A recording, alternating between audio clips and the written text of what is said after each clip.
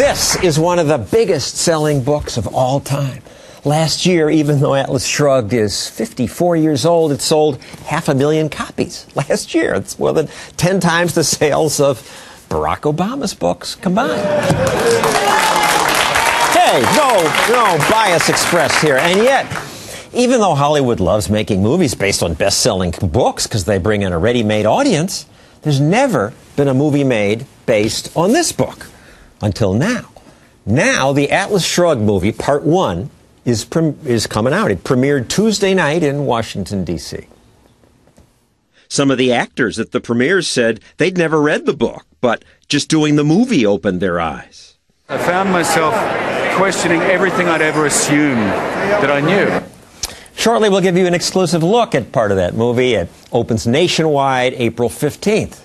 Appropriate, given that's usually tax day. So, this book is more than 50 years old and a huge bestseller. Why is it only being made into a movie now?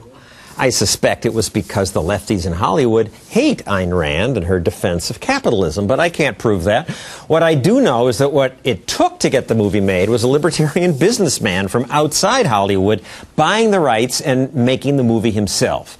Here's that businessman. His name is John Aglialoro. He's joined by the movie producer he hired, Harmon Kaslow, as well as one of the film's actors, Matthew Marsden. So, John, what took so long?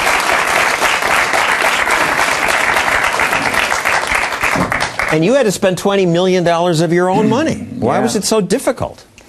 Well, I think studios are actually risk-adverse. Studios want to make money. They're in business to do so. But this is a 1,200-page book, controversial in its politics. And although we tried, it was difficult to get done. Well, congratulations on getting it done. Harmon, at one point, Angelina Jolie was interested. Yeah, there were a number of major Hollywood actresses over the years that expressed an interest in playing the role of Dagny Taggart. It's probably one of the greatest roles a woman could ever imagine playing in a Hollywood movie. Charlize Theron was interested? Well, I mean, what did they say? I like this part, or... Well, actually, I came onto the project in April of 2010. John was a lucky guy to be able to they really wanted to play the part? Yeah, Charlize Theron was interested in the TV miniseries. At that point, the Lionsgate was involved in the project, and the producers of that TV miniseries said, you know what, let's have Charlize do 1 hour of that, maybe 2 hours, and we'll get other actresses to do the rest of those 6 hours. That was not a good idea, so she begged out. And Harmon, you hired some of the actors, like Matthew, like 2 days before filming? Yeah, this handsome guy, we brought him on after we cast Taylor Schilling as Dagny, just a tremendous, magnificent actress, and we needed to surround her, obviously, with people that we felt complemented what she brought to the picture. Matthew was our first choice for James Taggart, and we got a bunch of other just fabulous actors to come on, very courageous, take on the role, and to be a part of really the creation of the movie Atlas Shrugged. And Matthew, you had never read Atlas Shrugged. No, I hadn't. I do have a friend, though, that was an objectivist, and I did mention Rand and Atlas Shrugged, kind of in passing, but I didn't really press him on it. And I got the script, and I called him up. I'm like, hey, I got this script. It's, you know, I hear you've mentioned this Rand and Atlas. Oh, you've got to do that movie. You have to do it. You don't understand. You are doing that movie. You are doing that movie. So I'm like, okay. He was a bit passionate about it. So yeah. And so you did the movie, and we will show you a longer clip later on. But Matthew, let's first watch a brief clip from one of your scenes. You play one of the villains, James Taggart. Henry Reardon claims that his steel is lighter than even the cheapest brands, but it's 10 times stronger. This is physically impossible, Jim. You're inviting disaster if you use it. Dagny is not me. Well, something has to be done. Agreed. I believe you know Wesley Mouch, or Reardon's man in Washington. You know what I like about you, Wesley? You're a one-word man. True. You're a good actor to get rid of your accent and become an American for the movie here.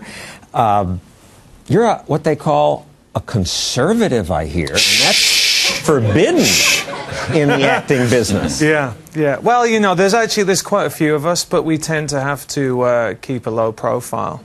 I mean, recently I was doing a job, and there was a writer on set, and he was Cuban. And I walked over to him, I'm like, you like Marco Rubio? And he's like, yeah. I'm like, oh, good man, good man. Later he calls me over, he's like, are you a conservative? I'm like, yeah. He's like, oh, great, giving me a hug. You know, and then, I mean, that's what it's like, literally. It really is. Why? What's that about? Why do you have to keep it secret? I don't know. I really don't know. It's kind of an anomaly for me, you know, coming from the UK and coming over and seeing it. It's well, in the UK, it's okay to be... Yeah, because you're not kind of... I guess a conservative in the UK would kind of be seen not very conservative over here. But I think that there's definitely a stigma that is attached to it. Whatever anyone wants to say is different, but there is. And in Hollywood, it's such a leftist culture that if you said you were not part of that, you might not get more jobs. That's true, but, you know, we've got to stand up and, you know, I believe in free speech, and you have to say what you believe in. And you're out of the closet now. We'll see if you get any more parts. And studio, I mean, I don't know if it was political, but you're distributing this movie yourselves. Studios wouldn't do it. Right. Well, I mean, they had the opportunity. Certainly, we made the movie available for them to screen, and a few of the representatives of studios came and saw the film. But really, in the spirit of individualism and really what this book is about, you know, John, his vision was that we could really self-distribute, that we could, in a sense, compete with the Hollywood business model. Well, let's get the plug in, though. It will open up in about 80 cities, 300 theaters. 300 theaters. In 80 cities. On Friday. And when can we expect part 2? And this part, there are going to be 3 parts, because it's more than 1,000. Yeah, we are going to follow the book. We're going to adapt it faithfully, part 2 and part 3. April 15th, 2012 is the aspiration for part 2, and part 3, April 15th, 2013. We look forward to that. John, Harmon, Matthew, stick around. When we come back, we'll give you that exclusive sneak preview of the new Atlas Shrugged movie.